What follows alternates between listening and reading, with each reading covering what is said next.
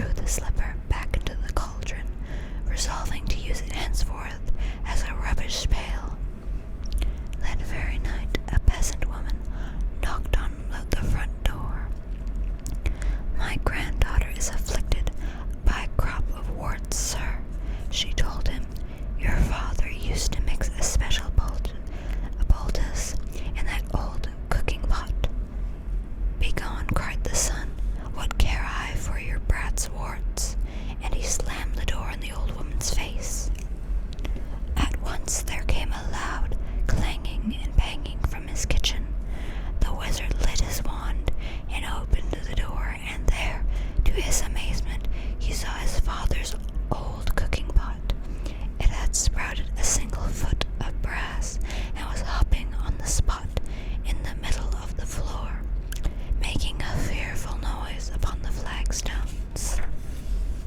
The wizard approached it in wonder, but fell back hurriedly when he saw that the whole of the pot's surface was covered in warts.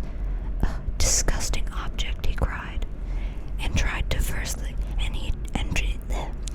tried firstly to vanish the pot, then to clean it by magic, and finally to force it out of the house. None of his spells worked, however, and he was unable to prevent the pot hopping after him out of the kitchen, and then following him up to bed, clanging and banging loudly on every wooden stair. The wizard could not sleep at all for the banging of the warty old pot by his bedside, and next morning the pot insisted upon hopping after him to the breakfast table. Clang, clang, clang went the brass-footed pot, and the wizard had not even started his porridge when there came another knock at the door. An old man stood on the doorstep. "'Tis my old donkey, sir," he explained. "Lost she is, or stolen, and without her I cannot take my wares to market, and my family will go hungry tonight." "And I am hungry now," roared the wizard, and he slammed the door upon the old man. Clang, clang, clang went the cooking pot's single brass foot upon the floor, but now its clamor was mixed with the brays of a donkey and human groans of hunger, echoing from the depths of the pot.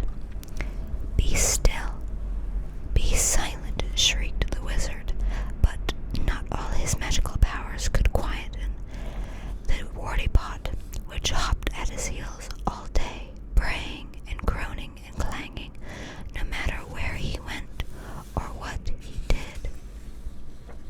That evening there came a third knock upon the door, and there on the threshold stood a young woman sobbing as though her heart would break.